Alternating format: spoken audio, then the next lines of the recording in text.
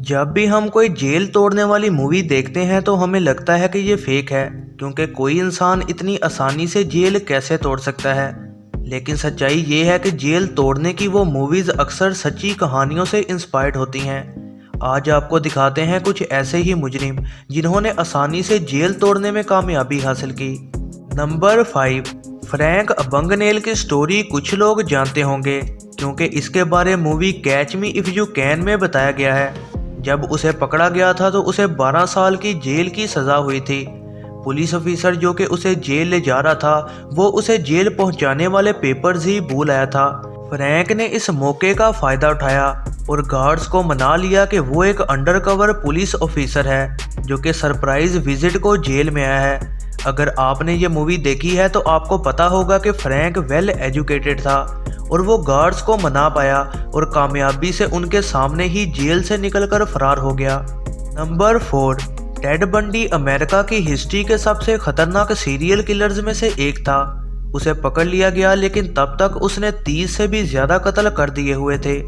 उसे फिर कोर्ट के लिए ले जाया गया और टेड जो कि बेहद ज़हीन था, उसने कहा कि वो अपना वकील खुद ही बनेगा, क्योंकि अमेरिका के रूल्स के मुताबिक आप खुद अपनी वकालत कर सकते हैं। टेड ने ये किया क्योंकि वो जानता था कि इस तरह उसे वकील होने की तमाम अथॉरिटीज़ मिलेंगी। इसका मतलब ये था कि उसे जंजीरों में बांध कर नहीं लाया जाएगा। फिर टेड बंडी ने अपनी चाल चली। उसने कहा कि उसे लाइब्रेरी जाने दिया जाए, क्योंकि वो लॉ की किताबें पढ़ना चाहता है, क्योंकि वो अपना वकील है। और फिर लाइब्रेरी में उसने विंडो को तोड़ा और वहाँ से भाग निकला। उसे दोबारा से जेल में डाला गया, लेकिन वो फिर से भाग निकला और इस बार वो छत की सीलिंग में से भागा और गवर्नमेंट ने फिर उसे मौत की सज़ा सुना दी। नंबर 3, जेल में एक जगह होती है जहां पर कैदियों को एक्सरसाइज करने के लिए टाइम दिया जाता है। वसीलियस पेलिकोस्ट्रोस ने अपने भाई को कहा कि वो एक हेलीकॉप्टर में आए। फिर हेलीकॉप्टर उस एक्सरसाइज फील्ड में लैंड हुआ। वो उस पर सवार हुआ और वहां से भाग निकला।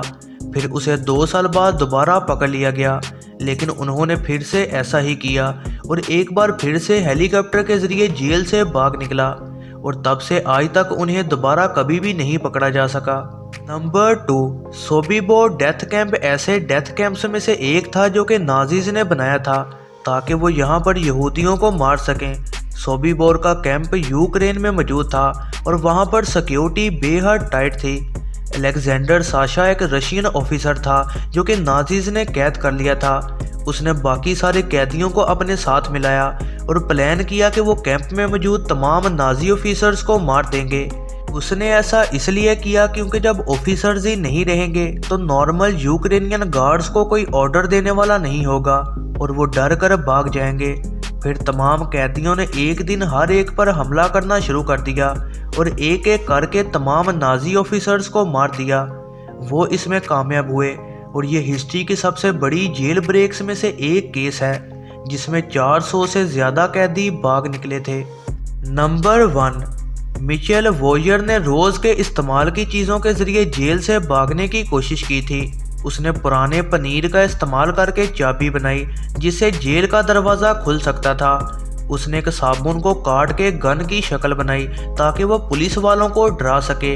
यहाँ तक कि उसने अपनी बीवी को कहा कि वो हेलीकॉप्टर चलाना सीखे और उसने उसे कहा कि वो हेलीकॉप्टर में जेल में आए ताकि वो यहाँ से भाग सके। यहाँ तक कि उसने ऑरेंजेस का इस्तेमाल किया और उन्हें ग्रेनेड जैसे पेंट किया ताकि गार्ड्स डर जाए। फिर वो ये सब करने के बाद छत पर पहुंचा और एक बॉस की तरह हेलीकॉप्टर में जेल से भाग निकला। वीडियो को एंड तक देखने का बेहद शुक्रिया।